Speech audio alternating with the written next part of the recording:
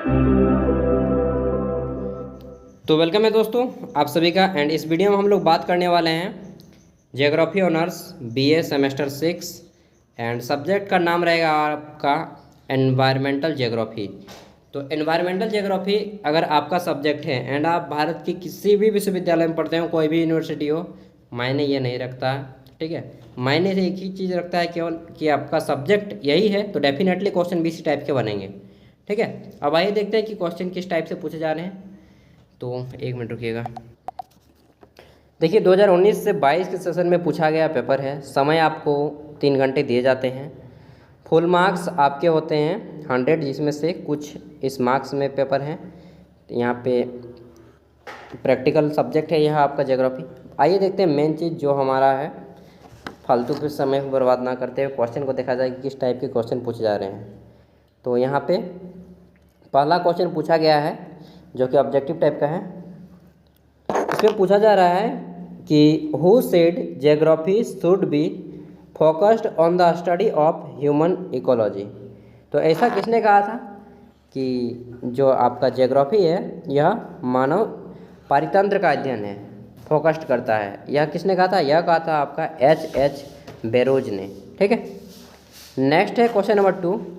Ecology शब्द किस भाषा से लिया गया है? तो from which language ecology word has been derived. तो यह किया गया है आपका जर्मन लैंग्वेज, और एक जर्मन साइंटिस्ट थे या इकोलॉजिस्ट आप लोग बोल सकते हैं, उनका नाम था अर्नेस्ट हैकेल। ठीक है, उन्होंने ही यह शब्द को दिया था। आइए देखते हैं हमारा नेक्स्ट का है क्वेश्चन कि ऑन, यार हिंदी नहीं दिया है गुरु, किसी में इंग्लिश देता है, किसी में हिंदी नहीं देता है, क्या जो बताएं। On one of the following is included in the primary producer of ecosystem. यानी कि जो आपका खाद्य जाल होता है या पारितंत्र बोलते हैं, उनमें से इसमें कौन प्राथमिक उत्पादक है? प्राइमरी, ठीक है, प्राइमरी प्रोड्यूसर है प्राथमिक उत्पादक। तो प्राथमिक उत्पादक हम लोग बोला जाता है शाकाहारी जीव को।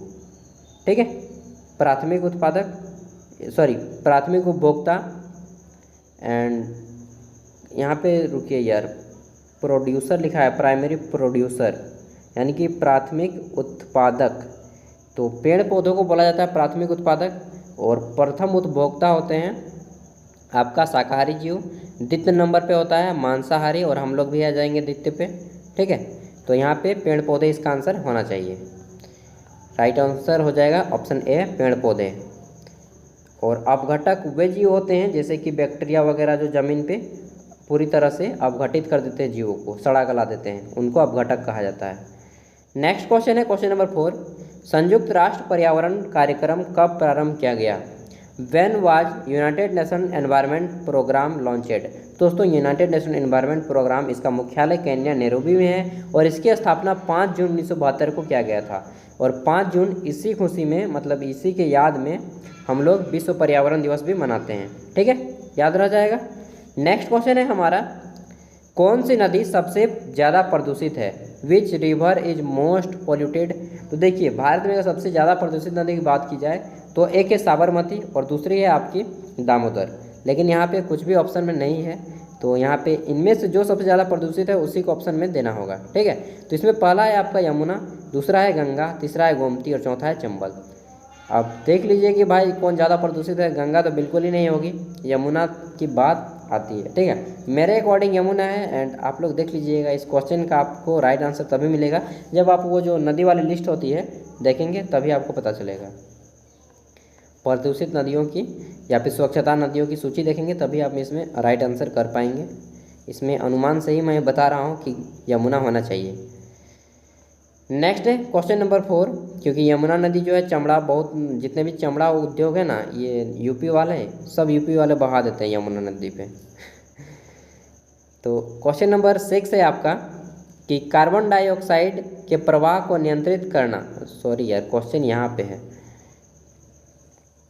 कि मॉन्ट्रियल जो प्रोटोकॉल है यह किससे संबंधित है? देखिए इंग्लिश में लिखा है क्वेश्चन का हिंदी भी नहीं किया है। मॉन्ट्रियल प्रोटोकॉल एम्स एट, यानी कि मॉन्ट्रियल प्रोटोकॉल का संबंध किससे है? तो दोस्तों यह एक प्रोटोकॉल हुआ था, यह एक आपका कमेटी या मीटिंग हुआ था इंटरनेशनल लेवल पे, अंतर्राष्ट्रीय स्तर पे, और इसके जो है विशेष रूप से ध्यान दिया गया था हमारे ओजोन परत को लेकर, ठीक है, ओजोन लेयर को लेकर। तो इसका आंसर हो जाएगा बी, ओजोन नष्ट करने वाले पदार्थों की कमी। ठीक है, नेक्स्ट क्वेश्चन देखते हैं। तो हमारा क्वेश्चन है क्वेश्चन नंबर 7, सबसे ज़्यादा ओजोन छिद्र, ozone hole is largest over.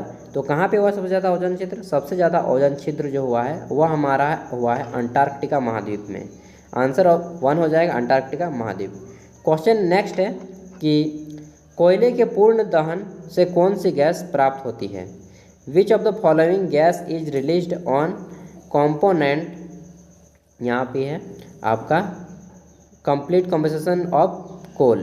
तो यह होता है जब कंप्लीटली आपका कोयला जलता है तब कार्बन डाइऑक्साइड गैस निकलती है, ठीक है, CO2। लेकिन जब आपका लकड़ी वगैरह पूर्ण रूप से नहीं दहन होता है, धुआं आता है, उस स्थिति में कार्बन मोनोऑक्साइड यानी कि CO गैस आपका रिलीज होता है।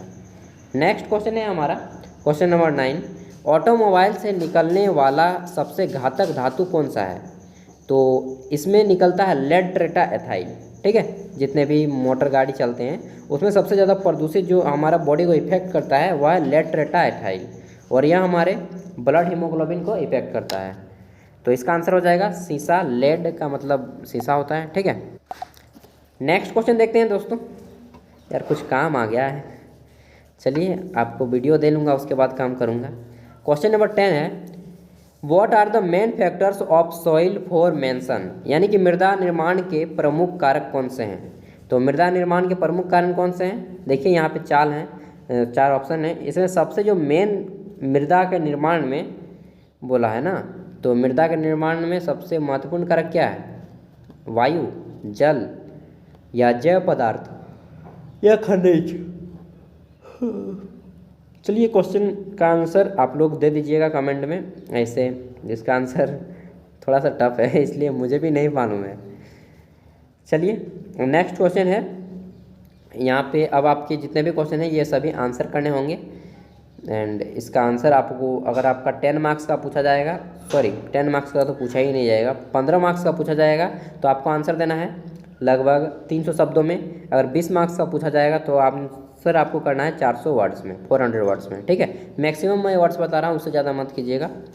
तो क्वेश्चन नंबर 2 है, किसी पारितंत्र में ऊर्जा प्रवाह का वितरण दीजिए। Give an accountant of energy flow in an ecosystem, और उसको भी बताना है कि 10% मैक्सिमम आपका जो एक लेयर से क्या बोलते हैं एक स्तर से दूसरे स्तर में जाता है तो आपका 10% ही मैक्सिमम उसमें गिव करता है, 90% फालतू में चला जाता है। नेक्स्ट क्वेश्चन है 3 नंबर कि पारिस्थितिकी से क्या आशय है? पारिस्थितिकी की संकल्पना की विवेचना करें। What do you mean by ecology? Discuss the concept of ecology. Question number 4 है, पर्यावरणीय अवनयन के विभिन्न कारणों का वर्णन कीजिए। Discuss the various cases of environmental degradation, ठीक है, डिग्रेडेशन ये हो गया आपका क्वेश्चन नंबर 4। क्वेश्चन नंबर 5 है आपका, वायु प्रदूषण के कारणों की व्याख्या करें। Explain the cases of air pollution. तो देखिए जो इजी लगे ना क्वेश्चन उसी को बनाइए यार, क्योंकि जब ऑप्शन रहेगा आपको इजी मारने में कि इनमें से किसी 3 का ही उत्तर दें, किसी 4 का ही उत्तर दें, तो उन्हीं सबको चुनिए जिसमें आप जल्दी लिख पाएँ एंड अच्छे से आंसर लिख पाएँ, ठीक है। क्वेश्चन नंबर 6 है, जल प्रदूषण से उत्पन्न समस्याओं का विवरण दीजिए। Give an accountant of the problem generated by water pollution. Next है आपका क्वेश्चन नंबर 7। इसमें बोला जा रहा है कि पर्यावरण से आप क्या समझते हैं? इसके संघटकों को स्पष्ट करते हुए पर्यावरण के महत्व को बताइए। What do you mean by environment? Mention it's components, discuss the importance of environment. तो ये भी बहुत ईजी क्वेश्चन है। जितने भी पर्यावरण का चैप्टर ही आपका जो है रुझान या रोचक होता है, इंटरेस्टेड होता है। तो आई होप कि इस पेपर में आप लोग कुछ बेटर ही करेंगे। एंड फिर मिलते हैं नेक्स्ट वीडियो के साथ। दोस्तों आप लोग का सेमेस्टर 6 का जितने भी क्वेश्चन पेपर हैं, DSC 3, DSC 4, core paper 13, core paper 14, ठीक है, इससे लेकर PG या फिर BA DLED कुछ भी करेंगे, सभी क्वेश्चन पेपर इस चैनल पे अपलोडेड किए जाते हैं दोस्तों।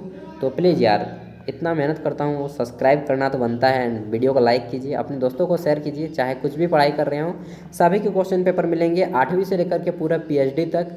एंड इधर जितने भी कॉम्पिटिटिव एग्जाम होते हैं SSC रेलवे सभी क्वेश्चन पेपर इस चैनल पे प्रोवाइड कराए जाते हैं। Thank you, all the best, अच्छे से एग्जाम दीजिए। ठीक है, तो चलिए बेस्ट ऑफ लक यार मेरे तरफ से। एक भी क्वेश्चन मत छोड़ना दोस्त। एंड कुछ भी डाउट हो तो कमेंट करके पूछ लेना, सर नहीं दोस्त बोलिएगा। ठीक है, बाय।